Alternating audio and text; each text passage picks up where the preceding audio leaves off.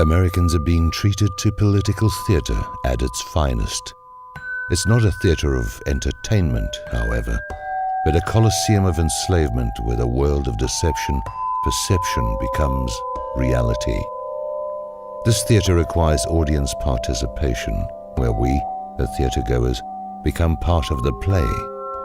We are a truly captive audience, entranced into mindlessly choosing sides at the frenzied urging of the corporate media and partisan cheerleaders firmly seated behind the microphones and television cameras of the nationally syndicated media. As the play progresses, we become part of each act, believing that we actually have a voice in this pre-scripted performance. We are bombarded with lie after lie, each worse than the previous in an attempt to convince us that we can make a difference by choosing and cheering seemingly opposing sides on the stage before us. The biggest lie of them all is that there are not two sides, but just one. It's them versus us, in a fight to the death playing out before us in this 21st century Shakespearean tragedy. It's not just death, but the premeditated murder of the middle class and anyone without a reservation at the globalists' table, and the space at that table is limited. The actors of this play are ostensibly at odds over funding the Affordable Care Act, while a peek behind the curtain tells a different story altogether. Like any play, the ending of this has already been determined. The ending, however, is not the same as written in the commemorative program you are given upon your arrival at this theater. The house lights have been dimmed not just for the performance, but to induce us into a hypnotic trance, further enabled by the media mouthpieces of malice. As you gradually become accustomed to the theater lighting, you'll see that it's not just a play, but you're being played. You're being manipulated into believing that the government shutdown is the actual plot of the play, while it is merely the method to continue the lie of a fictitious political paradigm. Audience members who remain seated and captivated by the stellar performances of the actors while maintaining a mental death grip on the media cheering their side are sadly in the majority.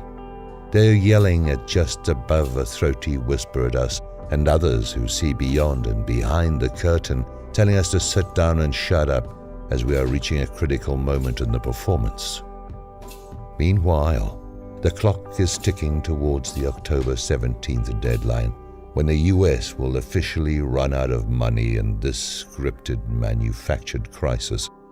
As the play builds up to its epilogue of evil, it serves its critical purpose of entertaining the masses and diverting our attention from the real issue, which is the killing of the US dollar.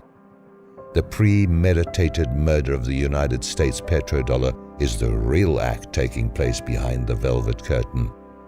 The play merely buys the actors, the murderers of the working class, and the world as we will have once known it, time to arrange their own exodus from this coliseum-turned-theater. The actors, aided by the media of malice, continue to perform brilliantly and are effectively distracting the majority of us through the final curtain call.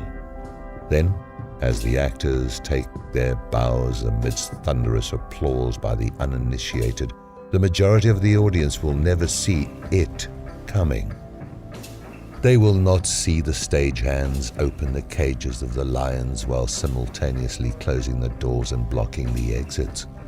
The thunderous applause at the curtain call will hide the sound of the engines on the Lear jets and the rotor noise on the helicopters that will whisk the actors to safety, away from the unspeakable carnage that was planned from the beginning. By the time the screams from those who remain dutifully seated become unbearable, the globalist bankers, the money changers, the power brokers pulling the strings of the political puppets will be far from earshot. When the house lights are turned on, the remaining theatergoers who survived will suddenly awaken to a different life. For it was never about what was seen, but always about what was hidden. It was never about the government shutdown, but the shutdown of the majority. That same majority that continues to cheer for their side, unable or unwilling to comprehend that there is only one side, their side.